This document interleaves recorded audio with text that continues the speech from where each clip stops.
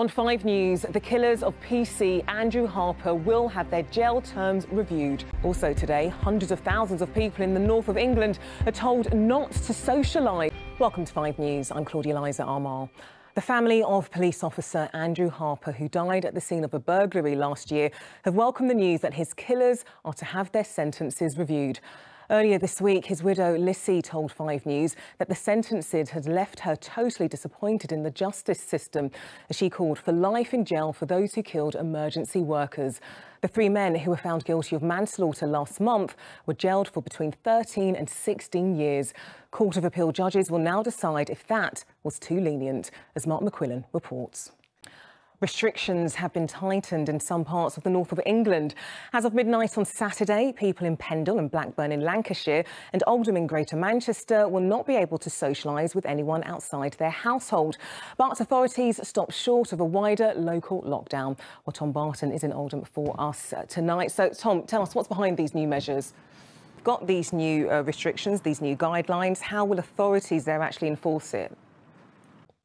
Well, Birmingham has been added to a national coronavirus watch list as the number of cases there increased. Now deemed safe by the government until just a day ago, Croatia, Austria and Trinidad and Tobago are now off the airbridge list, leaving travellers racing to get back or face the prospect of a strict 14-day quarantine. It's better news for those wanting to go to Portugal, though, which is now on the safe list. So where does the shifting guidelines leave those wanting to get away? And should we be following in the Prime Minister's staycation footsteps? Well, Warren Nettleford has been finding out. In Wales, a number of small-scale outdoor plays and sporting fixtures are to be trialled as restrictions are eased. Russian doctors treating opposition leader Alexei Navalny are refusing to allow him to be moved to a hospital in Germany following his suspected poisoning. A prominent critic of President Putin, Mr. Navalny is in a coma after falling ill during a flight yesterday. His supporters say his tea was poisoned at an airport cafe, but that claim is being questioned by his doctor. Simon Vigar reports. Still to come on 5 News. See you after the break.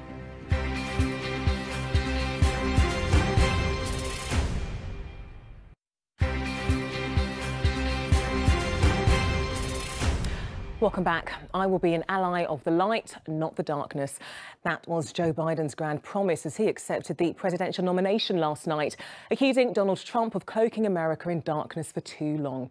His cause was backed by the Duchess of Sussex, but at last night's Democratic Party conference, it was a 13-year-old speech from his bedroom that stole the show, as Alan Jenkins reports. Now, it's supposed to help contain the spread of COVID-19. And today, residents in the London borough of Newham are being asked to download a new NHS Test and Trace app. Now, if it's successful, the app will be rolled out for everyone in England to use. But as Vincent McAviney reports, it's been mired in controversy for months. England footballer Harry Maguire has been arrested after an alleged altercation with police on the Greek island of Mykonos yesterday.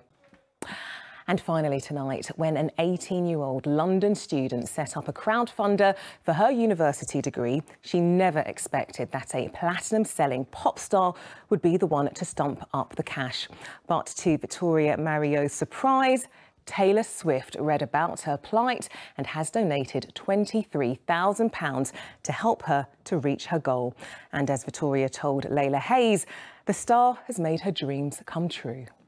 Before we go, let me tell you what's coming up on 5 News tonight. We speak to Call the Midwife actress Jenny Agutter. That's it for now. Aidan McGibbon has the weather next. I'll see you again in an hour. But bye for now.